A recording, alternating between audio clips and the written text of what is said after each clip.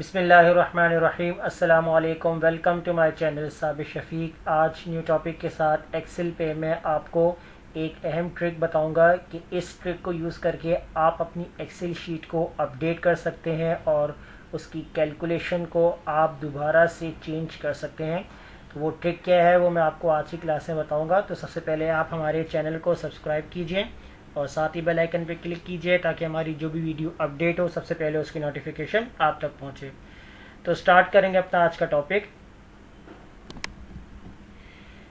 आज जो हमारा टॉपिक है वो टॉपिक कुछ इस तरीके से है कि मेरे पास कुछ कमेंट्स आए थे इस तरीके से कि हमें अगर एक्सेल पे कुछ काम इस तरीके से करना पड़े कि अगर यहाँ पर हम अपने सब्जेक्ट वाइज या मार्क शीट अगर हम बना रहे हैं एक्सेल के अंदर, तो अगर उस एक्सेल के अंदर अगर हम अपने सेल्स का टोटल निकालते हैं, जैसे देखिए मेरे पास एक रिकॉर्ड है जिसमें हमारे इंग्लिश के रिमार्क्स हैं, कंप्यूटर के हैं और मैथमेटिक्स के रिमार्क्स हैं। जितने भी आपके सब्जेक्ट हो आप यहाँ पर ले लेंगे।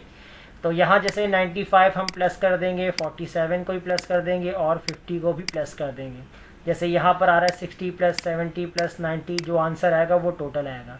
तो कुछ इस तरीके से कैलकुलेशन हो सकती है कि अगर हम यहाँ पर 50 पहले हमने यहाँ पर लिखा हुआ हो और यहाँ 47 और यहाँ 95, तो अगर हम 50 में प्लस करवाना चाहते हैं कुछ एडिशन नंबर कि हमने इस स्टूडेंट को 5 रिमार्क्स हमने एक्स्ट्रा देने हैं या हमने 5 रिमार्क्स नहीं दिए वो इसमें हमने ऐड करवाने हैं, तो अगर यहाँ हमें इस तरीके से काम करना हो कि 5 रिमार्क्स भी वो आपके टोटल में ऐड हो जाए, तो हमें ये पता चल रहा हो कि हम यहाँ पर 50 की जगह 55 ना लिखें, इस तरीके से लिख लें +5, ताकि हमें मालूम हो कि पहले रिमार्क्स हमने कितने लिखे थे तो बाद में हमने इसके अंदर 5 नंबर या 10 नंबर हमने इसके अंदर ऐड किए।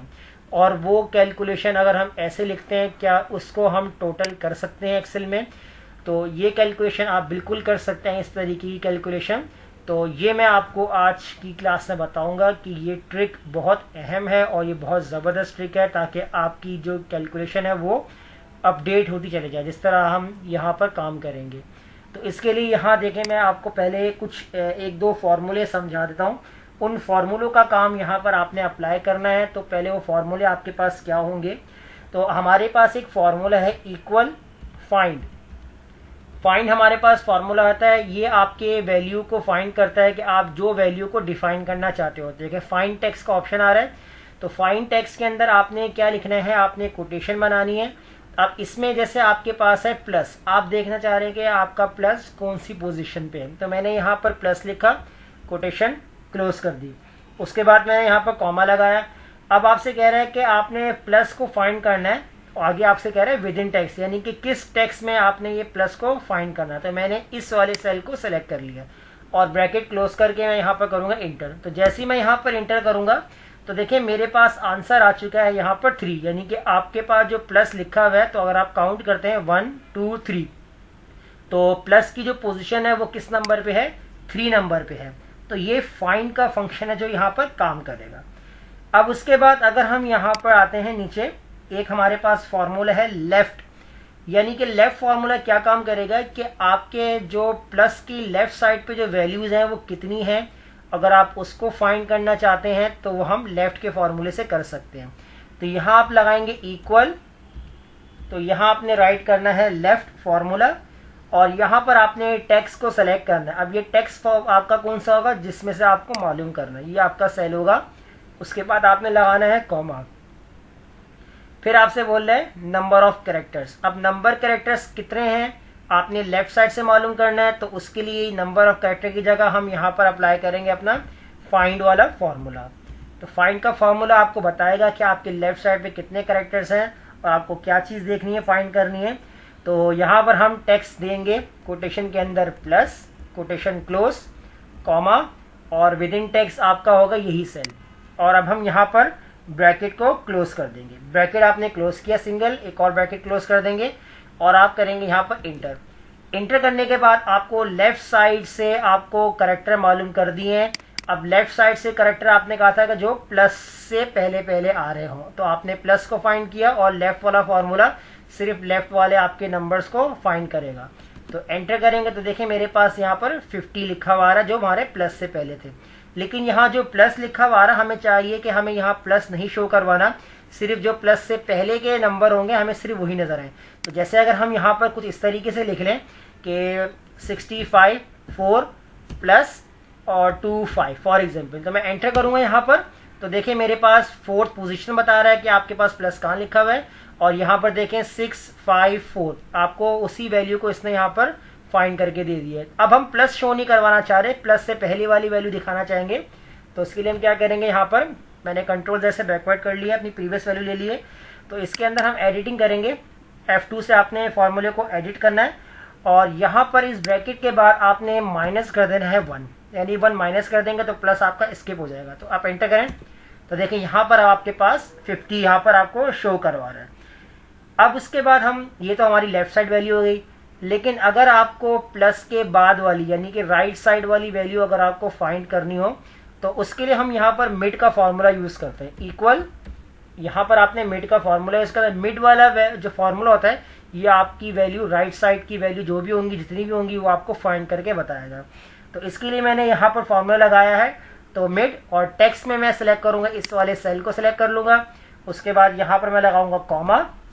तो सेम प्रोसेस है, फाइंड हम लगाएंगे यहाँ पर फॉर्मूले के अंदर, और फाइंड टेक्स्ट में मैं सिलेक्ट करूंगा यहाँ पर कोटेशन के अंदर मैं दे देता हूँ यहाँ पर प्लस, कोटेशन क्लोज, कॉमा, और फिर मैं यहाँ पर सिलेक्ट करूँ विद इन टेक्स्ट, यानी कि आपके पास ये वाला सेल होना चाहिए। और अब यहाँ पर मैं ब्रैकेट क्लोज कर लेता हूँ। अब ब्रैकेट क्लोज करने के बाद यहाँ पर मैंने क्या काम करना है, कॉमा लगा देना है। अब मुझसे कह रहे हैं नंबर ऑफ कैरेक्टर्स। अब देखें राइट साइड पे हमारे नंबर ऑफ कैरेक्टर्स कितने हो सकते हैं। जैसे अगर हम 50 में कुछ नंबर ऐड करना चाहते हैं तो 5 करवा लिए या 10 करवा लिए। तो 10 में आपके 2 डिजिट होते हैं, 5 में आपका 1 डिजिट होगा। तो ज़्यादा से ज़्यादा हम 2 से 3 डिजिट करवा सकते हैं। अगर हम यहाँ पर कहें कि हम 100 नंबर एक्स्ट्रा दे रहे हैं तो 100 नंबर में 100 यानी कि 3 डिजिट आते हैं। तो ज़्यादा से ज़्यादा 3 या 4, इससे ज़्यादा आपके डिजिट नहीं आ सकते। तो आप यहाँ पर मैक्सिमम फिलहाल यहाँ पर 4 लिख लें। तो और यहाँ पर अब आप करेंगे ब्रैकेट क्लोज, और अब आप कर देंगे इसको एंटर। तो देखिए यहाँ पर आपके पास जितने डिजिट होंगे 5 आ रहे हैं। अगर हम यहाँ पर ऐड कर लेते हैं 5 4 2, तो देखिए हमारे पास वही आ रहा है 5 4 5 5 4। तो देखिए मैक्सिमम हमने यहाँ पर कितने 4 डिजिट रखे हैं। तो इसने हमें यहाँ बताया प्लस के साथ, यानी कि एक प्लस हो जाएगा, दूसरा 5, तीसरा 5, चौथा 4। तो अब अगर हम यहाँ पर प्लस को हटाना चाहते हैं, क्योंकि अगर हमने यहाँ पर वैल्यू 4 दी है, अगर हम यहाँ पर वैल्यू को 5 कर देते हैं तो देखें अब मेरे पास 2 भी आ रहा है आंसर में। तो फिलहाल हम यहाँ पर रखेंगे 4 रख लेते हैं यहाँ पर, और इस तरीके से हम चेंज करके यहाँ पर 4 रख लेते हैं। और इसके बाद जो है यहाँ से हम फिलहाल इसको हटा लेते हैं, वापस 5 कर लेते हैं। लेकिन जैसे यहाँ पर हमने माइनस यहाँ से प्लस हटाया था, तो यहाँ से भी हम प्लस हटा देंगे ताकि हमारा सिर्फ वैल्यू दिखाए प्लस की, यानी राइट साइड वाली तरफ। तो हम इसके अंदर क्या काम करेंगे, यहाँ पर तो ब्रैकेट के बाद आपने यहाँ पर प्लस कर देना है 1, यानी कि एक आपके पास ज़्यादा, यानी एक आगे के नंबर आपको दिखाए। तो प्लस कर देंगे, एंटर करेंगे तो देखिए सिर्फ आपके पास यहाँ पर 5 आपको शो करवा रहा है। तो ये आपके पास फॉर्मूला हो गया, यानी कि फाइंड, लेफ्ट और मिड का। अब उसके बाद आपने क्या काम करना है यहाँ पर, तो ये तो हमारे पास सिंपल कंडीशन हो जाएगी। अब उसके बाद आप आ जाएंगे यहाँ पर टोटल पे। तो टोटल पे आपने यहाँ पर क्या काम करना है, अब यहाँ आपको थोड़ा सा फॉर्मूला समझना है। तो फॉर्मूला हमारा है इक्वल इस नंबर है। तो मेरा फॉर्मूला जो यहाँ पर आ रहा है इस नंबर का फॉर्मूला आ रहा है। तो मैं सेलेक्ट करूंगा यहाँ पर इस वाले सेल को, कि अगर आपके पास इस वाले सेल के ऊपर नंबर है, यानी इस नंबर के लिए यूज होता है, ब्रैकेट क्लोज, तो आपके पास क्या आ जाए, एंटर करेंगे यहाँ पर तो देखिए आपके पास फॉल्स, क्योंकि देखिए ये नंबर नहीं है, ये टेक्स्ट है, क्योंकि एक टेक्स्ट फॉर्म बनी हुई है तो इसलिए फॉल्स आ गया। यहाँ नंबर है तो इसको ड्रैग करेंगे यहाँ पर तो ट्रू आ जाएगा। यहाँ भी ट्रू आ गया क्योंकि नंबर था, यहाँ पर नंबर नहीं था, यानी कि नंबर है लेकिन इस कंडीशन में ये टेक्स्ट बन जाता है। तो मैंने फॉल्स, यहाँ ट्रू। तो अब हम क्या करेंगे, इस फॉर्मूले के अंदर कंडीशन लगा लेंगे, इफ कंडीशन, यानी कि इफ इस नंबर से पहले ब्रैकेट ऑन कर लेंगे और यहाँ पर आएंगे कॉमा। अगर आपके पास इस सेल के ऊपर नंबर है तो आपके पास क्या आ जाए, नंबर आ जाए, कॉमा, वरना आपके पास क्या आ जाए। तो अब मैं यहाँ पर क्या करूंगा, मैं अपने पूरा फाइंड वाला फॉर्मूला यहाँ पर पेस्ट कर लूंगा। अब फाइंड वाला फार्मूला आप कैसे पेस्ट करेंगे, अगर आपको वहां से फार्मूला कॉपी करना हो तो अगर आप क्लिक करेंगे तो यहाँ पर सेल वैल्यू पेस्ट हो जाएगी। तो हम इस फॉर्मूले को रिप्लेस भी नहीं करेंगे, तो आप क्या करें, इक्वल से पहले आप यहाँ पर कोटेशन बना दे सिंगल। तो इससे क्या होगा, अब आप दूसरे फॉर्मूले के ऊपर जंप कर सकते हैं ताकि आपको जो फॉर्मूला एडिट करना हो वो आप ले सकते हैं। तो मैंने यहाँ पर इस फॉर्मूले को कॉपी किया, कंट्रोल सी से मैं इस फॉर्मूले को कॉपी कर लेता हूँ और अब मैं आ जाता हूँ यहाँ पर। तो यहाँ पर आने के बाद इस फॉर्मूले जगह पर मैं आकर मैं इसको कंट्रोल वी से पेस्ट कर दूंगा। तो आप चाहें तो आप ये सिंगल क्वाड हटा सकते हैं, जैसे मैंने यहाँ सिंगल क्वाड हटा दी यहाँ से। तो देखिए फॉर्मूला आ चुका है यहाँ पर। और अब मैं लास्ट में आके क्या काम करूँगा, यहाँ पर लगाऊंगा प्लस, और प्लस के बाद मैं अब यहाँ पर जो मैंने मिड वाला फॉर्मूला लगाया था इसको भी मैं कॉपी कर लूँगा। तो पहले मैं अगेन दोबारा मैं यहाँ पर सिंगल क्वाड लगा लूँगा ताकि मैं उस फॉर्मूले को भी कॉपी कर सकूँ।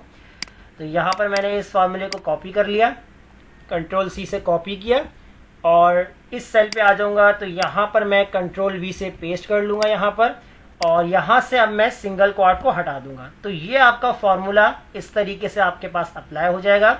और अब मैं इसे कर दूंगा यहाँ पर इंटर। तो जैसे ही मैंने यहाँ पर इंटर किया तो देखिए आपके पास आंसर आ चुका है यहाँ पर। तो हमारा जो भी आंसर है वो फिलहाल इसी सेल के साथ काम हो रहा है, यानी कि 50 में +5 है तो आपके पास टोटल कितना आ गया 55। इसको मैंने ड्रैग कर दिया, यहाँ पर 60 आ गया है, यहाँ पर 55 में 10 ऐड हो गए तो कितने हो गए 65, यहाँ पर 88, यहाँ पर 45, तो सेम आ रहा है। लेकिन ये टोटल हमारा सिर्फ अभी इसी कॉलम के साथ हो रहा है। लेकिन अगर आपको कॉलम प्लस इस तरीके से करवाना है तो इस सेल को भी प्लस, इसको भी प्लस, तो फिर यहाँ पर आप कुछ इस तरीके से काम करेंगे। तो यहाँ पर हम क्या करते हैं, इस फॉर्मूले को दोबारा से एडिट कर लेते हैं डबल क्लिक करके, और मैं इस पूरे सेल्स को सेलेक्ट कर लेता हूँ यहाँ तक, इफ तक। तो मैं इस इफ को कॉपी कर लूँगा यहाँ पर, और लास्ट में मैं क्या काम करूँगा, प्लस लगाऊंगा और इसको कर दूंगा पेस्ट। यहाँ से मैंने पेस्ट कर दिया। तो अब देखिए मेरे पास जहाँ जहाँ B2 लिखा हुआ है, यानी कि ये सेकंड कंडीशन है जो मैंने पेस्ट की है, अब वहाँ वहाँ आप देंगे इस वाले सेल का नेम, यानी कि C2। तो यहाँ पर आप दे देंगे C2। तो जहाँ जहाँ B2 है वहाँ पर मैं लिख दूंगा C2 इस तरीके से, इसको भी रिप्लेस करके C2 लिख दूंगा। नीचे आऊँगा यहाँ पर, इसको भी कर दूंगा C2, और इसके बाद यहाँ भी चेंज हो जाएगा C। तो फिर सिर्फ मैं यहाँ पर C लिख रहा हूँ, 2 ऑलरेडी लिखा हुआ है, इसको भी C2 कर दिया और इसको भी C2। तो ये अभी मेरा सेकंड कॉलम हो जाएगा। अब थर्ड कॉलम के लिए भी मैं क्या काम करूँगा, लास्ट में आके प्लस लगाऊंगा और कंट्रोल वी से पेस्ट कर दूंगा। तो पेस्ट करने के बाद अब यहाँ पर मैं लिखूंगा D2, कॉलम नेम D है और रॉ नंबर सेम है 2 है। तो यहाँ पर मैं लिखूंगा D2 और यहाँ भी मैं चेंज कर दूंगा D2, यहाँ भी चेंज कर दूंगा D2। जहाँ जहाँ B लिखा हुआ है तो वहाँ वहाँ आप अपने सेल का नेम दे देंगे D2, यहाँ भी हम D2 कर देंगे। अब इस तरह आपके पास जितने ही नंबर्स होंगे, जितने कॉलम्स होंगे, आप उतने ही टाइम यहाँ पर इसको कॉपी पेस्ट करेंगे और अपने सेल का नेम यानी सेल का रेफरेंस चेंज करेंगे। और अब आप यहाँ पर कर दें इसको एंटर। जैसे आपने यहाँ पर एंटर किया तो यहाँ पर हम देख लेते हैं कि क्या चीज़ प्रॉब्लम कर रही है। एंटर कर लेते हैं यहाँ पर इज नंबर और इज द B22, और प्लस करने के बाद यहाँ पर C22 C2 आ रहा है और D2 आ रहा है। यहाँ पर फॉर्मूला बिल्कुल सही लगा हुआ है। एंटर करते हैं यहाँ पर और इसको करते हैं ड्रैग।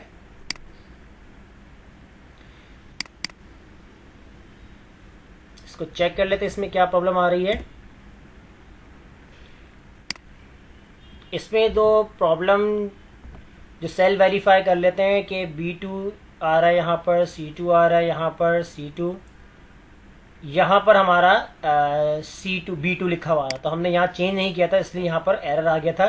तो यहाँ ध्यान से इसमें आप काम कीजिएगा कि प्रॉपर आपके पास चेंज होने चाहिए। तो D2 हमने यहाँ पर भी कर लिया। अब देखें, आप चेक कर लें, बिल्कुल सही है। अब आप इसको कर दें एंटर। एंटर करने के बाद आपने इसको कर दिया ड्रैग। तो देखें अब आपके पास आंसर आ चुके हैं। जैसे 197 यहाँ मैं आपको अप्लाई करके दिखाता हूँ। जैसे इक्वल लगा लेते हैं, जैसे 95 को हम कर लेंगे प्लस, फिर हम करते हैं 47 को हम करते हैं प्लस, और फिर हम करते हैं 50 + 5। तो ये हमने 4 डिजिट इस तरीके से प्लस करवा ली। एंटर। तो आपके पास आंसर यहाँ पर आ रहा है 197। तो बिल्कुल ये करेक्ट आंसर आ रहा है। तो 60 + 70 + 90 और 70 + 10, 75 + 10 और 75 प्लस और 55 + 10, और इस तरीके से ये आपके पास टोटल 225 आंसर आ रहा है। तो इस तरीके से एडिशन आप बिल्कुल कर सकते हैं। अब चले हम यहाँ पर 196 है और 60 के अंदर हम यहाँ पर चेंज कर लेते हैं। यहाँ पर तो हमने 60 में प्लस 5 करवा दिया। तो अभी हमने जब एंटर किया तो मेरे पास क्या आ गया, यहाँ पर 201 आ गया। तो इसका मतलब ये फॉर्मूला बिल्कुल अप्लाई हो सकता है एक्सेल के अंदर। तो ये बहुत सिंपल टेक्निक थी जो मैंने आपको आज की क्लास में बताई है कि कैसे हम अपने शीट को अपडेट कर सकते हैं इस कंडीशन में। अगर कोई प्रॉब्लम हो तो कमेंट में ज़रूर शेयर कीजिएगा और हमारे चैनल को सब्सक्राइब करना मत भूलिएगा। मिलते हैं नेक्स्ट वीडियो में। शुक्रिया।